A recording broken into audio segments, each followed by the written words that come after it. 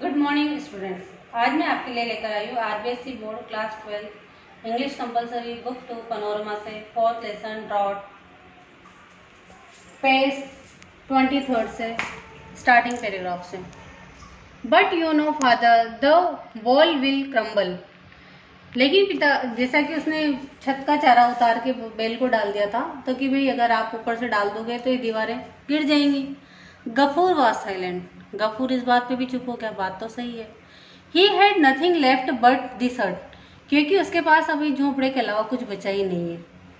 Who knew better than he that unless he was careful it, कि भाई कौन नहीं जानता कि इसके पास इसके देखभाल इसके अलावा क्या चीज़ है। It would not last another rainy season, और ये झोपड़ा भी केवल एक बारिश ही सहन कर सकता है, उसके बाद तो ये भी नहीं रहेगा। And yet what good was it really, और इससे अच्छा क्या होगा। Wash your hands and come and eat. तो बेटी ने कहा कि आप अपने हाथ धो आओ और खाना खा लो। I have served you food, मैंने आपके लिए खाना रखा है। सेड द लिटिल गर्ल, छोटी बच्ची ने कहा। Give me the rice water let me feed him, तो कि तुम मुझे अगर चावल का पानी हो तो वो ला दो ताकि मैं उसे महेश को दे दूँ, बुल को। देयर इज नन फादर, कुछ नहीं है पिताजी। It has dried up in the pot, ये सब बर्तन में ही सूख गया। Nearly a week had passed, एक सप्ताह गुजर गया। Gafoor was sitting in the yard, Gafoor yard में बैठा था। Sick of body and anxious, जिसकी बॉडी बीमार थी। Mahesh had not returned since the day before, और महेश एक दिन पहले से निकल गया था तो वो अभी तक लौटा नहीं, bull.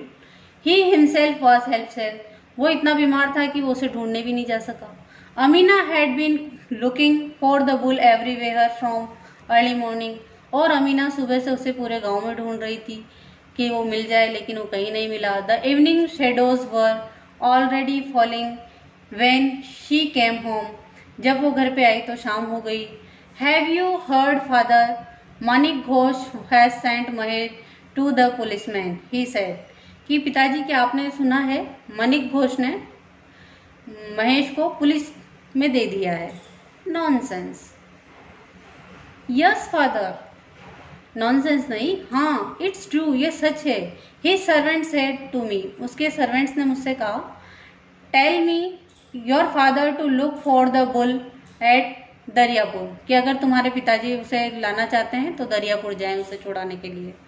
What did he do? उसने क्या किया था। He entered their garden, father, वो उनके गार्डन में चला गया था। At the end of 3 days, 3 दिन बाद, they say the police will sell him at the cattle market, और उन्होंने कहा कि अगर 3 दिन बाद तक उसे नहीं छुड़ाएंगे, 3 दिन तक, तो उसके बाद उसे कैटल मार्केट में बेच दिया जाएगा। Amina did not know what the cattle market meant. Amina छोटी बच्ची ये नहीं जानती थी कि कैटल मार्केट का, पशु मार्केट का क्या मतलब होता है। जो जानवर किसी काम नहीं आते तो उनको काट के बेच दिया जाता है।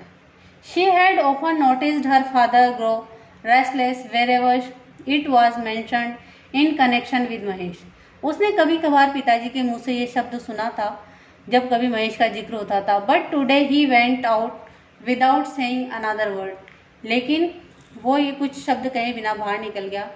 Under the cover of night Gafur secretly came around the Banshi shop, वो बंशी की दुकान पे गया। Uncle you will have to lend me a rupee, क्या आप मुझे 1 रुपया उधार देंगे, said he, putting down a grass plate under the seat.